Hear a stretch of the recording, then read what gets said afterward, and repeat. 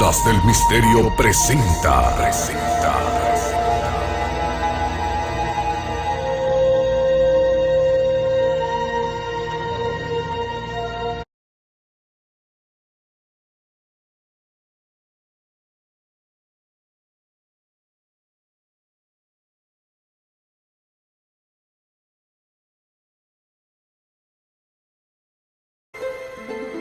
En Ángeles y Demonios, una antigua sociedad secreta conocida como los Illuminati han vuelto a la vida con una conspiración para destruir a la Iglesia Católica. La ciudad de Roma oculta un rompecabezas que solo el experto en simbología de Harvard, Robert Landon, puede resolver.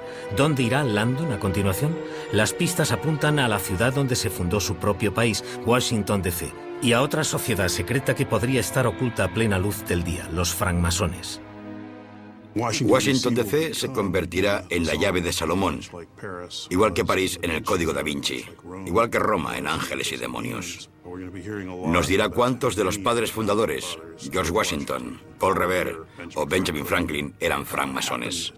La gente se preguntará de qué va todo esto y cómo es que nuestros libros de historia no lo explican. Algunos teóricos de la conspiración creen que los Illuminati se volvieron más letales que nunca, infiltrándose entre los francmasones, desde donde planearon conspiraciones que ayudaron a iniciar el comunismo e incluso la Revolución Francesa.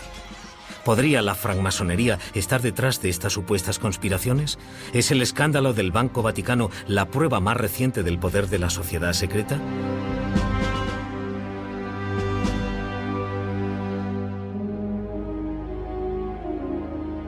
¿Tienen los francmasones suficiente poder para poner de rodillas a un gobierno? En 1982, en Italia, un escándalo bancario internacional reveló que el Vaticano y la logia secreta P2 de los francmasones italianos formaban parte de una compleja red de fraude e intriga. Cuando se acabó, Roberto Calvi, el banquero italiano, fue hallado muerto y las sospechas recayeron en el Opus Dei, la poderosa prelatura católica. Incluso la muerte del Papa Juan Pablo I se convirtió en parte del plan. Actualmente, la muerte de Calvi sigue siendo un misterio sin resolver, y hay gente que cree que Juan Pablo I, que solo fue papa durante 33 días, fue asesinado para evitar que hablase públicamente sobre el escándalo. El escándalo del Banco Vaticano se descubrió en 1978 y parece que fue una alianza entre ciertas autoridades del Vaticano, la conspiración criminal que se esconde tras la logia masónica conocida como P2 y varias personas más dentro de la Iglesia, que podían no ser criminales, pero se oponían a algunas de las doctrinas que el Papa Juan Pablo I iba a introducir en el catolicismo. Existía el rumor de que iba a permitir el control de natalidad, por ejemplo, y la mafia. Varios líderes del gobierno que eran miembros de la logia P2 renunciaron y el gobierno italiano se vino abajo. El grupo P2 usaba la francmasonería de la misma manera que los Illuminati, como medio secreto para emprender una empresa criminal. Usaban los apretones de mano, los compromisos mutuos y la confianza para cumplir una agenda que no tenía absolutamente nada que ver con la francmasonería. Acontecimientos como el escándalo del Banco Vaticano alimentan las teorías de la conspiración modernas que se basan en la idea de que una hermandad secreta controla la riqueza del mundo y planea un nuevo orden mundial.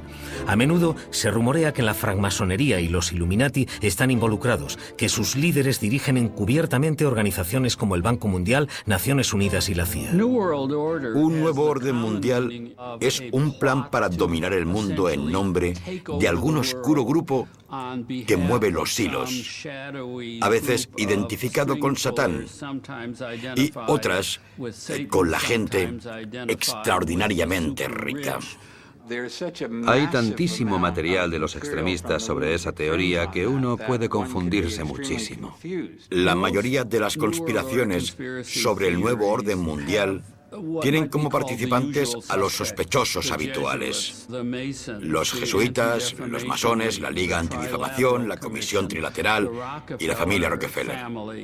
Es cierto que a los Rothschild siempre les acusan de ser partidarios de un nuevo orden mundial. La versión religiosa de las teorías de la conspiración sobre el nuevo orden mundial, cuyo teórico más conocido es Pat Robertson, afirma que el nuevo orden mundial son en realidad los preliminares de la toma de poder global por parte parte del anticristo. Los teóricos de la conspiración creen tener muchas pruebas que indican que las personas más poderosas del mundo están orquestando los acontecimientos. ¿Son los francmasones parte del plan? Aunque la francmasonería moderna es una de las mayores organizaciones benéficas del mundo, las teorías de la conspiración en las que supuestamente están involucrados los Illuminati y los francmasones parecen estar relacionadas con casi todos los acontecimientos del mundo, desde la Revolución Francesa hasta el llamado simbolismo escondido de la investidura de George Bush. La historia de la francmasonería, la sociedad secreta más vieja, más grande y menos entendida, es tan provocativa como cualquier libro de Dan Brown. Germinó a partir de misterios ocultos, emergió durante la Edad Media europea y después cruzó el océano para echar raíces en un mundo nuevo llamado América. Mucha gente sospecha que la historia se hace más grande y más fuerte día a día. Los Illuminati se fundaron en 1776 en Bavaria. Los fundó un profesor jesuita de la Universidad de Ingolstadt llamado Adam Weishaupt. Su influencia se extendió ampliamente gracias a su relación con la francmasonería. El estrato social de la gente a la que atraían los Illuminati era muy similar al entorno mayoritariamente de clase media de los masones. Existía el deseo de mantener un cierto secretismo, porque después de todo, las ideas de liberalización política eran peligrosas, al menos a los ojos de los gobiernos absolutistas. Aunque los Illuminati de Weishaupt duraron menos de una década antes de ser barridos por la Iglesia, la francmasonería se convirtió en un vehículo clandestino ideal para su supervivencia. Los masones, bien establecidos a finales del siglo XVIII, tenían logias en toda Europa. Los miembros eran prominentes ciudadanos de la comunidad. La naturaleza de sociedad secreta de los dos grupos y sus relaciones dieron lugar a el mito de los Illuminati, que dice que continúan teniendo influencia en los acontecimientos mundiales. Lo irritante del mito de los Illuminati, a diferencia de la realidad de los Illuminati, es que se presenta como una clave para entender la historia, cuando en realidad no sirve para eso. La francmasonería ha estado unida a muchas de estas conspiraciones porque la sociedad no tiene una estructura centralizada. Cada logia es independiente. Los únicos rasgos comunes entre ellas son la tradición y los rituales. En la masonería no hay un organismo central que determine las leyes de cada logia, cada país y cada situación. Así que ese tipo de subversivos pueden entrar y captar la atención de los individuos sin que haya una autoridad central que diga, no, estáis violando la doctrina. En la época de mayor popularidad de los francmasones en Europa durante el siglo XVIII, a la sociedad elegante le fascinaba la idea de recuperar la sabiduría secreta de los antiguos maestros, como los egipcios. Había pocas otras sectas a las que se codiciara tanto pertenecer como a los francmasones. Para pensar correctamente en la francmasonería, hay que remontarse al antiguo Egipto. Había grupos de gente que eran picapedreros y constructores de pirámides. Sus conocimientos eran increíbles y eran unos conocimientos secretos. Eran como un poderoso conjunto de secretos comerciales. Imaginen el poder que daba la comprensión de la geometría en una sociedad de hace 7000 años. No es extraño que hace 7000 años se mezclara ese conocimiento secreto con creencias religiosas, magia, alquimia y toda clase de fuerzas. Muchos francmasones apoyaban la filosofía de la independencia de la Ilustración que se extendía por toda Europa en el siglo XVII y tenían muchas razones para proteger sus secretos. Pensemos en ello. Hablamos de países europeos en los que había monarquías absolutistas e iglesias absolutistas, y donde cualquiera que discrepara podía perder la vida. Y los francmasones empezaron a unirse y a tener ideas nuevas, a preguntarse por qué una persona podía reclamar el derecho divino de gobernar de manera absolutista, o por qué había gente que podía afirmar que era la única poseedora de la verdad. Así que tenían que ser discretos porque se metían en cosas que podían costarles la vida. Como organización, la francmasonería se originó entre los picapedreros medievales que tallaban las grandes catedrales. Como trabajaban en enormes proyectos que se tardaba años en completar, formaban logias que servían como lugares de alojamiento y protección mutua. Cuando la construcción de catedrales empezó a decaer, se admitieron hombres que no eran picapedreros en las logias. Se convirtieron en clubes sociales de élite. A la gente se le ofrecía la oportunidad de entrar a una especie de grupo misterioso y mítico. Podían hablar de ideas de las que públicamente no les estaba permitido hablar, o no se les animaba a hacerlo, con gente que había prometido proteger su intimidad y guardarles del peligro.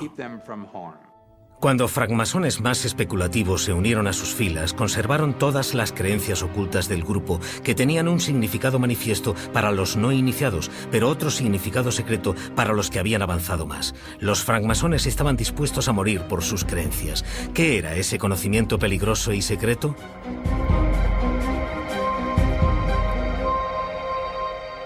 Relacionada con el pasado a través de su sabiduría secreta, unida al futuro por sus ideas y entretejida por su gran sentido de la hermandad, la francmasonería se extendió por Europa y América. La primera gran logia oficial de Inglaterra se formó en 1717 y en 1730 se estableció la primera logia en las colonias americanas. La cantidad de francmasones ha crecido con el país y vivió su máximo apogeo en los años 60, con más de 4 millones de miembros en Estados Unidos. Actualmente sigue siendo parte del tejido de la sociedad estadounidense. ¿Qué hace a esta sociedad secreta tan atractiva? La francmasonería es en realidad una fraternidad y se basa en el individuo. Creo que ya se ve en las cosas que defienden el concepto de libertad de pensamiento, de religión, de asociación, la libertad del individuo. Y usas eso para construir una familia mejor, una comunidad mejor, un mundo mejor en el que vivir. Un francmasón puede viajar a cualquier lugar del mundo y no sentirse extranjero. La fraternidad le recibe con los brazos abiertos. Hay masones que llegan de otros países que están literalmente en guerra y aún así se conocen como iguales.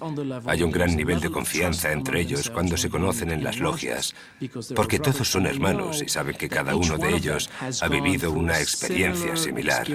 La francmasonería ha cambiado muy poco sus tradiciones centrales originales. Muchas de ellas se basaban en leyendas sobre el conocimiento secreto de los picapedreros que construyeron el templo del rey Salomón en Jerusalén en el año 850 a.C.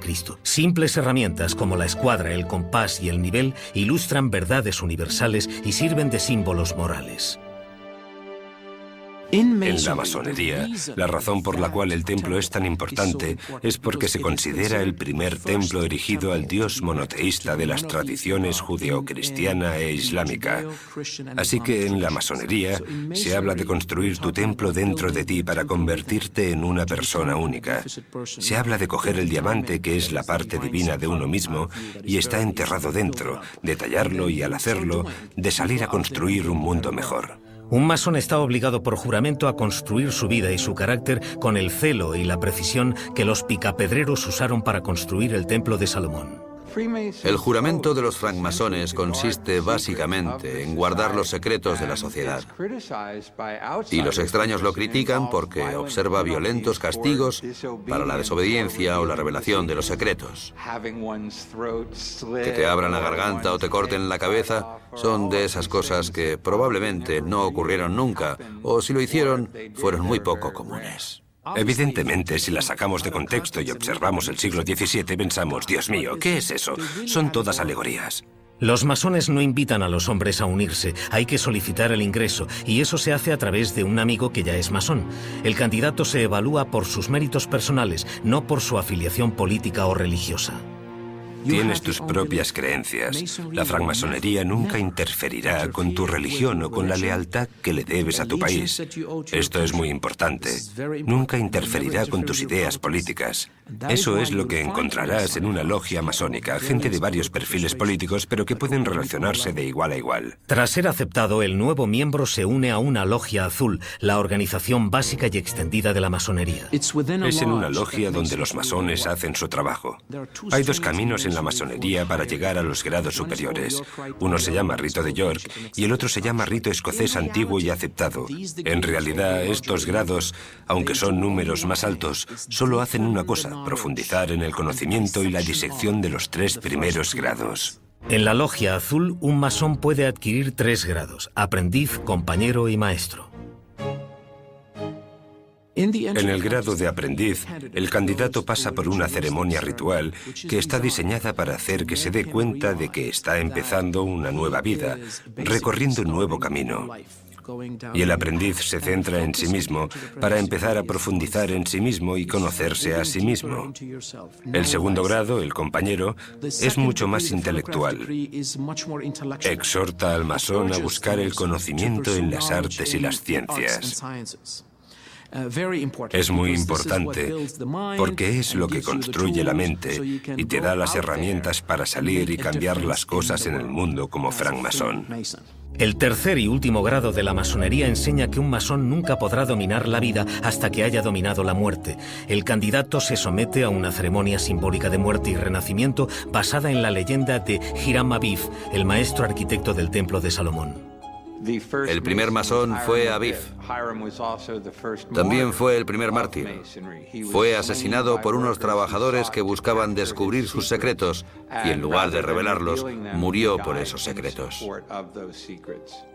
El conocimiento era poder. Los tres enemigos que querían extraerle ese conocimiento le atacaron y le mataron. Eso forma parte de la ceremonia para recordarle al maestro masón que en realidad la tiranía, el fanatismo y la ignorancia son tres enemigos que están ahí afuera y que siempre intentan sacar el verdadero conocimiento y alejarlo de la gente para mantenerles dominados. En la ceremonia del tercer grado, el candidato simula el asesinato de Hiram Abiff. Con la carne pudriéndose en sus huesos, el maestro masón debe usar un apretón de manos llamado la garra del león. Se levanta al candidato o se le resucita. De la mano de un hermano de confianza, el candidato es elevado a un mayor nivel de comprensión espiritual. Y con la fuerza ganada, se convierte en un hombre mejor.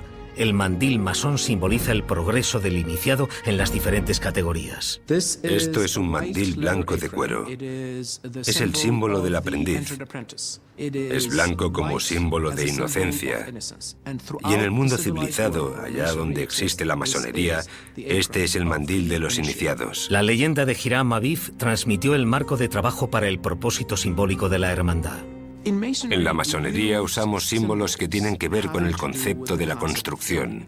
Y los símbolos son muy importantes. ¿Por qué? Porque un símbolo es algo que se puede interpretar de muchas maneras. Uno de los símbolos masónicos más importantes es el compás, que refleja al individuo y su sentido de los límites y la proporción. El tamaño de los compases, lo grande que es el círculo, depende de ti mismo. La idea es que nunca deberías ir más allá del círculo. Debes mantener tus deseos y tus pasiones en los límites debidos. Otro es la escuadra, un símbolo de virtud. Muchas expresiones conocidas vienen de este símbolo. En inglés hay expresiones como estar en la escuadra, que significa ser de fiar, o si alguien hace algo que no está bien, se dice que corta las esquinas, que no las cuadra. Otros símbolos incluyen la plomada, que significa rectitud moral, y el nivel, que significa tratar a todas las personas como iguales. En la masonería de todo el mundo decimos que nos conocemos en el nivel, actuamos según la plomada y nos despedimos con la escuadra. Para los francmasones, la logia es un lugar de reunión sagrado lleno de símbolos alegóricos y de significado. Automáticamente encontrarán cosas que no se encuentran en otros lugares. Encontrarán dos columnas y notarán que encima de una de ellas está el globo terrestre y encima de la otra el globo celestial.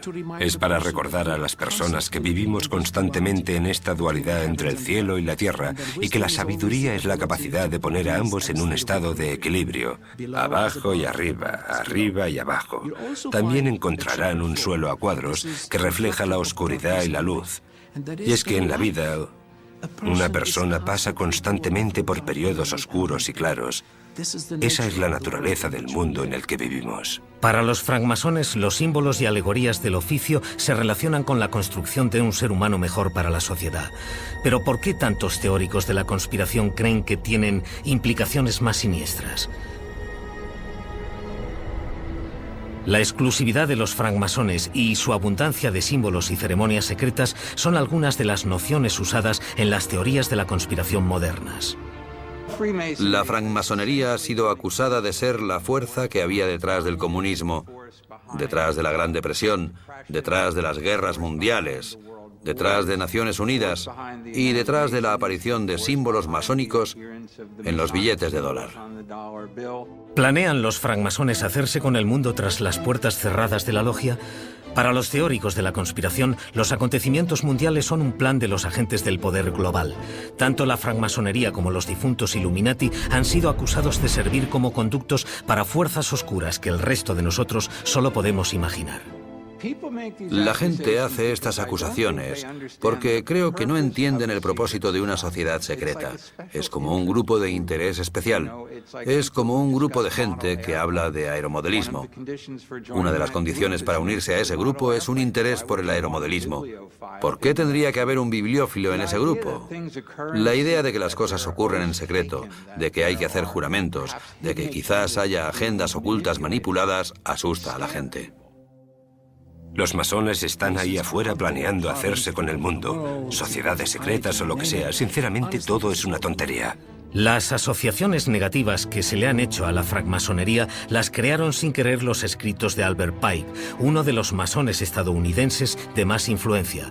Su libro Morals and Dogma seguía la historia de la francmasonería hasta antiguas prácticas y símbolos místicos. Albert Pike se suele considerar el gran portavoz de la francmasonería estadounidense. Los antimasones suelen citar su libro Moral y Dogma, y creo que es importante reconocer que no es una publicación masónica oficial, sino la visión de Albert Pike. Pike escribía en una época en que la francmasonería estaba arraigada en la sociedad estadounidense. Algunos teóricos de la conspiración querrían que creyéramos que la mismísima fundación de Estados Unidos fue parte de la conspiración francmasónica.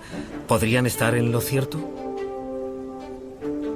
Muchos de los primeros héroes estadounidenses como Paul Revere, Benjamin Franklin y George Washington eran francmasones. Es sorprendente que los teóricos de la conspiración crean que la formación de Estados Unidos fue un plan francmasónico. Señalan el billete de $1 como prueba. El billete de dólar, tal y como existe en la actualidad, tiene en el reverso un símbolo considerado masónico. Es una pirámide inacabada y en lo más alto está el ojo que todo lo ve, que simboliza el ojo que todo lo ve de Dios, una providencia para la nación. Esto se considera generalmente un símbolo masónico. De hecho, más o menos en el año 1800, casi cualquier estadounidense lo hubiese considerado un símbolo masónico.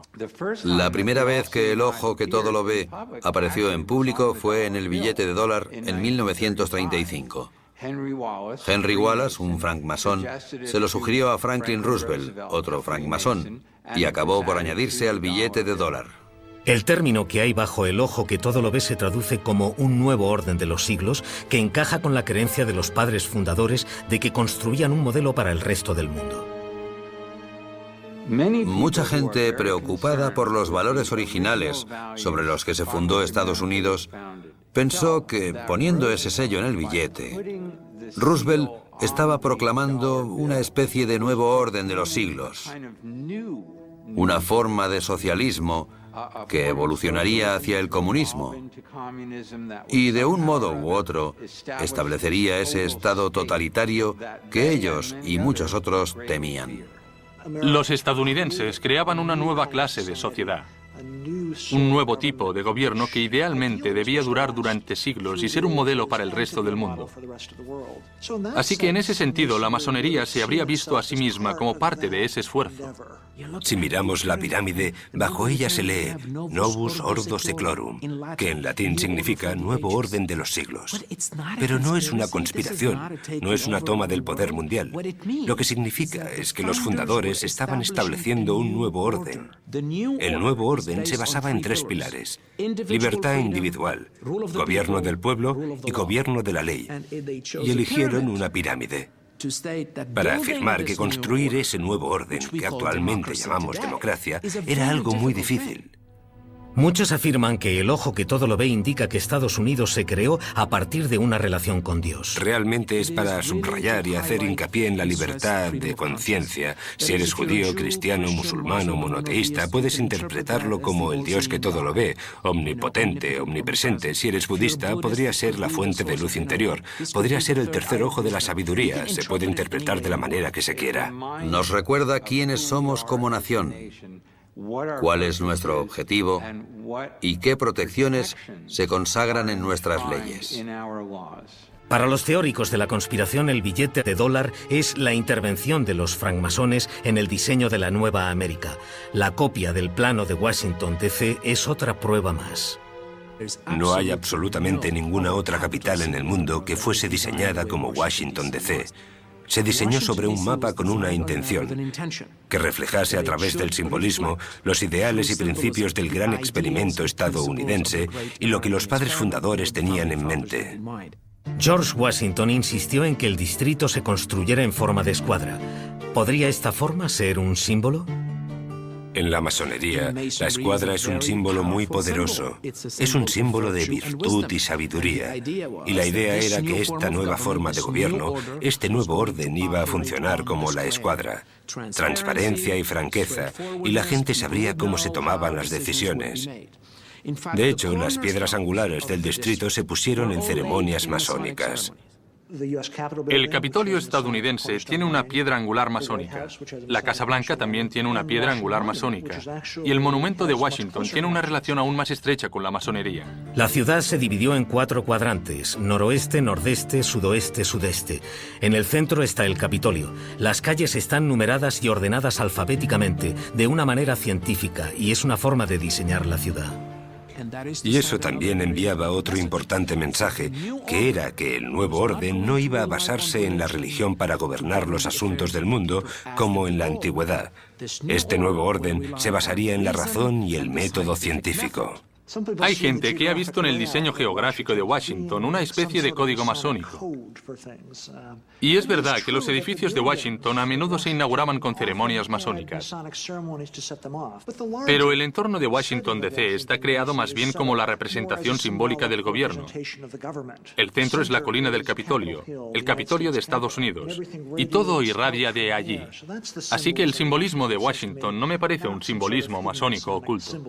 Algunos masones creen que se tardaron deliberadamente 7 años en construir el edificio original del Capitolio y otros edificios clave.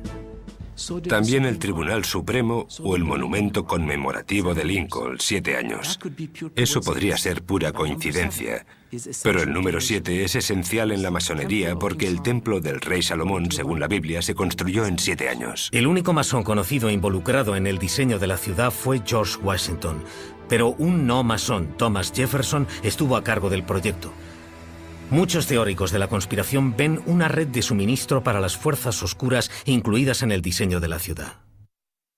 Algunas de las teorías de los teóricos de la conspiración dicen que hay símbolos ocultos para el diablo o lo que sea, que son satánicos.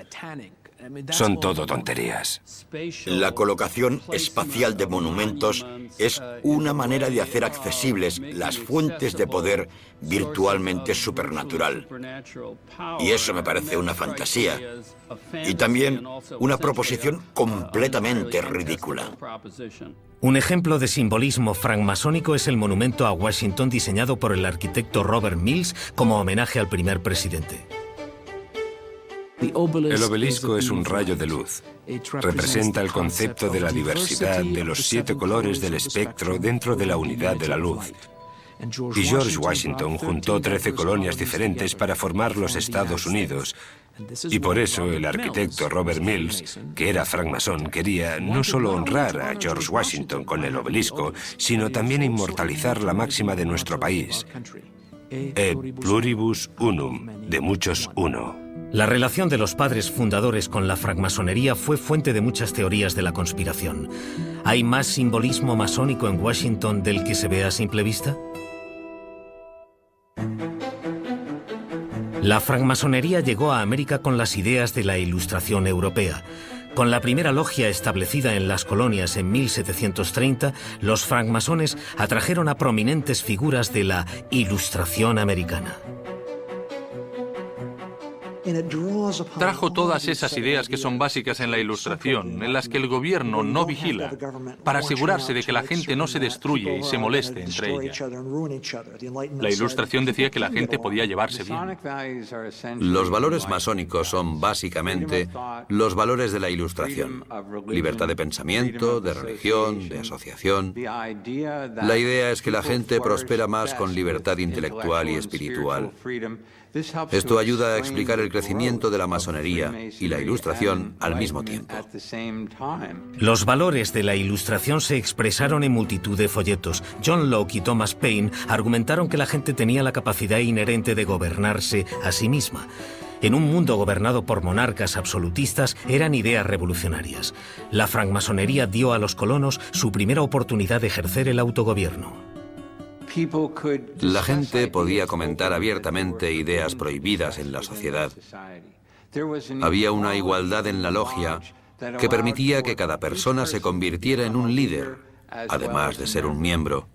Había una sensación general de tolerancia, de hermandad universal, de todos los valores tan deseados por la gente de la Ilustración.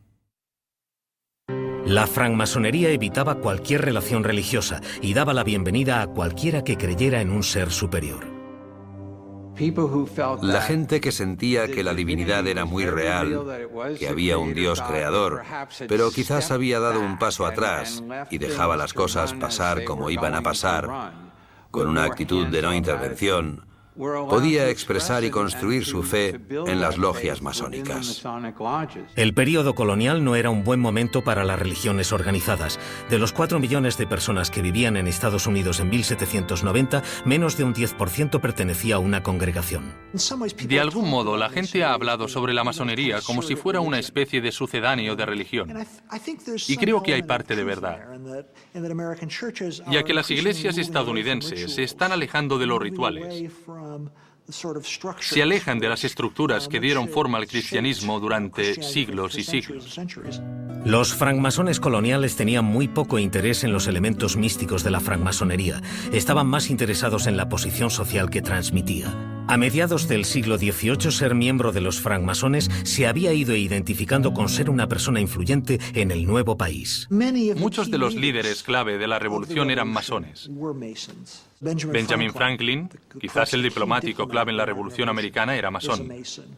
George Washington, que simboliza como nadie la Revolución Americana, también era masón. Paul Revere, el famoso platero de Boston que montó a caballo para avisar a la gente de que las tropas británicas se acercaban a Lexington y Concord, se convertía en el gran maestro de Massachusetts. La noche de su famosa cabalgata, Paul Revere fue capturado por los británicos. El capitán británico resultó ser masón. Paul Revere era masón y el capitán británico le dejó marchar tras haberse identificado como masones mediante el uso de ciertas palabras. En la historia estadounidense hay estos increíbles incidentes de los que actualmente sabemos muy poco. La guerra inminente creó conflictos de lealtades, ya que muchos masones apoyaban la monarquía y se unieron a las fuerzas británicas, y muchos miembros de la logia eran hombres que dirigían la revolución y después la nación. Hay historias que dicen que todos los firmantes de la Declaración de Independencia eran masones y que todos los generales del ejército continental eran masones. No es cierto. Pero sí lo es que los masones estaban muy concentrados en esos grupos. Para muchos americanos desgarrados por la guerra, la francmasonería era la única fraternidad donde los hombres podían reunirse a pesar de sus diferencias políticas. Había logias en el ejército de los patriotas y en el ejército británico. Pero en cierto sentido, la masonería cruza las líneas enemigas. Hay un caso en el que un general americano descubrió el material de una logia británica y se lo devolvió en lugar de quedárselo. Y dijo que eran enemigos en algunas cosas, pero que seguían siendo hermanos. De los 5 americanos llamados padres fundadores, Benjamin Franklin, Edmund Randolph y George Washington eran miembros documentados de la fraternidad. Participaron en la redacción de la Declaración de Independencia y la Constitución. ¿Podría la francmasonería haber influido en esos documentos? No tengo ninguna duda de que si miramos la historia de Estados Unidos y cómo se formaron, si miramos a los padres fundadores, las piezas clave, la masonería era definitivamente parte integrante de su vida. ¿Dirían que como eran masones querían hacer esto o aquello? No. La masonería es algo que realmente se interioriza. Uno de los padres fundadores que usó su identidad de francmasón para relacionarse fue Benjamin Franklin, natural de Boston. Impresor de clase media, fue el diplomático más importante, un hombre de Estado que personalizaría los valores de la francmasonería. Franklin, de algún modo, no está tan bien como para hacer lo que hace la gente con la que se relaciona en la logia. Es un artesano en alza, alguien que está ascendiendo, pero está involucrado en un oficio que le pone en contacto con otras ideas. Y más tarde no solo se convierte en el jefe de la francmasonería de Pensilvania, sino que mientras está en Francia, durante la Revolución Americana, también se involucra con la masonería de allí.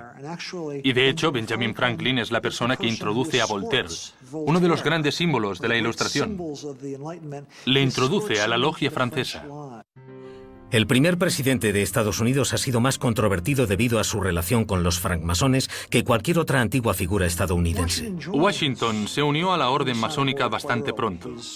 Solo tenía 20 años cuando entró. Y era muy activo y asistía a ceremonias y actividades públicas que se organizaban alrededor del ejército continental. Ciertamente escribió acerca de los valores de la Ilustración que propugnaba la francmasonería. Y hablaba bien de la francmasonería. De hecho, les oponía a los Illuminati, a los que realmente odiaba y temía. Y trabajaba para evitar cualquier influencia que se les atribuyera a ellos en el diseño de Estados Unidos. Los informes de la logia indican que Washington no era un masón ferviente. Su asistencia era irregular, pero creía en sus principios y los propugnaba. También permitió, mientras era presidente, que le pintaran como masón. Hay un retrato suyo con su joya masónica y su mandil. Washington era un hombre muy cuidadoso, que quisiera tener piedras angulares en la capital y que estuviera dispuesto a mostrarse como francmasón en un retrato. Creo que sugiere que era algo importante y poderoso para él. Cuando se puso la piedra angular del Capitolio, Washington llevaba puesto su mandil masónico. Se celebró una ceremonia tradicional masónica con cientos de masones, en procesión, vestidos con toda la regalía masónica. Para algunos, el mensaje de Washington era inconfundible. Creo que el simbolismo de la piedra angular es de algún modo sacerdotal, religioso. Porque lo que se hace es unir un edificio de la realidad física y cotidiana con un mundo de valores e ideales. Así que creo que, de algún modo, los masones son casi como los sacerdotes de la nueva república. Mientras la francmasonería se entretejía en el nuevo sistema de creencias, la hermandad era atacada en Europa y causaba estragos en Francia. En 1789, el mismo año en que entró en vigor la Constitución estadounidense, los franceses asaltaron la Bastilla y proclamaron su revolución. En Bavaria, Adam Weishaupt había sido desterrado y sus Illuminati exterminados. Los estadounidenses prominentes estaban divididos en sus opiniones sobre Weishaupt y los Illuminati. La Ilustración fue un movimiento vasto y extenso que acabó causando, entre otras cosas, la Revolución Americana, la adopción de la ciencia y un cambio total que todavía tiene lugar en la sociedad actualmente. Los Illuminati eran una pequeña parte de ello. Eran un grupo muy radical dentro de esa tradición y buscaban derrocar violentamente la monarquía y la Iglesia. Mientras que George Washington se oponía firmemente a los Illuminati, Jefferson les consideraba gente radical de la Ilustración que tenía que cubrir sus enseñanzas de misterio y simbolismo por culpa del opresivo ambiente religioso en el que trabajaban y enseñaban. Dos libros de gran éxito avivaron las llamas de los rumores de conspiraciones de los Illuminati y la francmasonería. Pruebas de una conspiración contra todas las religiones y gobiernos de Europa es un libro que publicó en 1798 un escocés, John Robison. Era una introducción al mito de los Illuminati como catalizadores de la revolución en el mundo de habla inglesa. Las pruebas de una conspiración de John Robison y las memorias para servir a la historia del jacobinismo, del abad Barruel, se publicaron simultáneamente en 1798. Ninguno de ellos conocía el trabajo del otro en ese momento. Extendieron como la peste el mito de esta sociedad anticristiana y antimonárquica. La gente respondió muy bien a esta idea que decía que algo iba mal, que ocurría algo amoral o inmoral y que los valores tradicionales se estaban perdiendo o eran motivo de burla y nadie entendía cómo ocurría. Tras la Revolución Francesa, aquellos que habían apoyado la monarquía intentaron encontrar motivos para su derrota. Era mucho más reconfortante para ellos pensar que la monarquía había sido destruida por una facción de conspiradores. De ahí la teoría de los Illuminati. Así que, en lugar de ser un fenómeno en masa, la revolución fue obra de un pequeño y malvado grupo. Que los francmasones realmente fomentaron y causaron la Revolución Francesa. Eso también es una locura. Y la razón es que el gran maestro de los masones franceses era el duque de Orleans. Estaba emparentado con el rey Luis XVI. Había masones en el lado leal, monárquico, y había masones republicanos. Creo que la Revolución Americana era claramente la Ilustración en su mejor momento. En otras palabras, algunos francmasones decidieron abrazar esos maravillosos objetivos dentro de las leyes de una nación. Su nación. Creo que es una de las razones por las que el experimento estadounidense es tan sagrado, y uso esa palabra que yo valoro inmensamente. La Revolución Francesa, por otro lado, puede relacionarse con una conspiración de los Illuminati. La influencia y la manipulación de los Illuminati en las logias masónicas realmente tenía lugar. La violencia, la locura, el baño de sangre conocido como la Revolución Francesa era prácticamente todo lo opuesto a los valores de la Ilustración abrazados por la Revolución Americana. En la década de 1790 había muchos religiosos en Estados Unidos que tenían miedo. Se había separado la Iglesia del Estado, algo que era revolucionario. Los Illuminati eran la demostración de que había gente contraria a la religión que intentaba minar el orden de la sociedad. A principios del siglo XIX, la francmasonería estadounidense sufriría otro golpe mortal en su reputación. Lo que más tarde se conocería como el asunto del Capitán Morgan solo sirvió para confirmar las sospechas de que la francmasonería usaba su despiadado poder para escapar de la justicia. En 1826 hubo un incidente que lo destrozó todo. Lo que ocurrió fue que al norte del estado de Nueva York había un hombre que había sido masón y decidió que quería publicar y revelar los rituales. En realidad eso no tiene nada de extraordinario. Las revelaciones sobre los rituales se remontan hasta la década de 1720 en Inglaterra. Pero lo que Morgan quería hacer era revelar toda una serie de nuevos grados que parecían mucho más sagrados. Los masones intentaron evitar la publicación del libro de Morgan. Le encarcelaron con pruebas falsificadas, pero desapareció misteriosamente. Nunca se le volvió a ver en público, y la gente discrepa sobre lo que le ocurrió. Yo creo que le asesinaron, no porque los masones quisieran hacerlo, ni porque los masones que lo hicieron quisieran, sino porque ya no sabían qué hacer con él. Esto hizo nacer un partido antimasónico en Estados Unidos alrededor del año 1830, que cogió toda esa histeria antimasónica y anti-Illuminati y continuó avivando unas llamas encendidas 40 años atrás. Los folletos en contra de los masones inundaron las comunidades y los políticos hicieron una campaña para detener a la sociedad secreta antes de que destruyera Estados Unidos. La presión legislativa y ese tipo de cosas hicieron que la masonería cayera en picado. La cantidad de miembros bajó enormemente. En algunos estados la masonería simplemente desapareció. En Vermont, en Michigan, la masonería simplemente ya no existía. Su misticismo y su reputación quedaron destrozados y la francmasonería desapareció de los Estados Unidos. Mientras volvía a conseguir su prestigio, se convirtió en un tipo de sociedad secreta muy diferente, obligada a competir con nuevas organizaciones fraternales que la habían usado como modelo, como los Caballeros de Colón y los Old Fellows. Sus ideales, que habían sido radicales, se habían convertido en la forma de vida estadounidense. A principios del siglo XX, la francmasonería empezó a desarrollar su actual identidad de organización benéfica. Los estadounidenses son más de la mitad de sus miembros mundiales. La fraternidad prospera en los antiguos países comunistas que están viviendo su propia ilustración moderna. Los francmasones de los Estados Unidos que trabajan con francmasones del extranjero construyen puentes y hacen intercambios. Los francmasones de Washington, D.C. trabajan con francmasones de las Filipinas y musulmanes y cristianos para promover la paz, creando proyectos y ayudando a la gente. Así que tiene un impacto muy real y poderoso en el mundo actual. Y con las fuerzas oscuras que existen ahora en el mundo, necesitamos mucha buena gente dispuesta a hacer un esfuerzo extra. Y los masones están descubriendo su importante papel en un mundo así.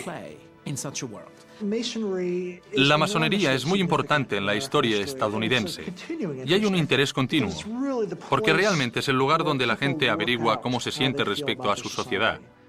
¿Cuál es el significado de la igualdad? ¿Cuál es el significado de la moralidad? ¿Cuál es el significado de la hermandad? De la familia entre gente que no tiene necesariamente un vínculo de sangre. Creo que la masonería consiste en averiguar estos asuntos. A pesar de la falta de nuevos miembros jóvenes, los francmasones aún conservan su atractivo místico. Si la gente quiere unirse a una organización benéfica, puede entrar en cualquier ONG. ¿Para qué necesitan ese lenguaje misterioso de uniformes secretos, saludos secretos y palabras secretas? Es porque tiene que haber un misterio central. Ese misterio central es una profunda enseñanza moral, religiosa y espiritual que yo creo que existe en la masonería. Creo que puede ofrecer eso a las próximas generaciones. Y creo que lo hará. La francmasonería reúne millones de dólares para buenas obras y cada logia lleva a cabo su trabajo en su comunidad. Normalmente tienen programas que tienen algo que ver con el crecimiento intelectual y social y el desarrollo, ideas de las cuales hablan los masones.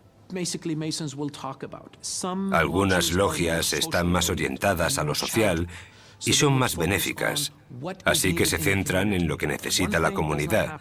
Pero lo que no hay son conspiraciones. Los francmasones están orgullosos y honrados por el papel que han jugado en la fundación de los valores, en la construcción del país y en dar forma a su carácter. ¿Cómo puede un grupo de gente tan diversa, con opiniones tan diferentes, contra todo pronóstico, contra el Imperio Británico, unirse y pensar en este increíble experimento? Aún con todos sus fallos es un gran experimento. Si pudieron hacer eso, ¿qué podemos aprender de ellos? El próximo libro de Dan Brown seguro que incrementará los conocimientos y el interés por la francmasonería. Va a hacer que mucha gente conozca su historia, particularmente el periodo de los padres fundadores, y creo que la gente le va a interesar mucho. ¿Forma la francmasonería parte de una vasta conspiración para controlar el mundo? No veo la francmasonería como una conspiración. No la veo como un plan secreto que intenta conseguir ciertos objetivos. Lo que veo es que, en cierto modo, la democracia es la mayor conspiración de todas. Porque mediante métodos democráticos, el mundo ha cambiado de un modo increíble y el poder ha pasado de los que antiguamente eran poderosos al pueblo. Y en ese sentido, podemos ver que la visión de los francmasones se ha hecho potencialmente real a través de la práctica de la democracia.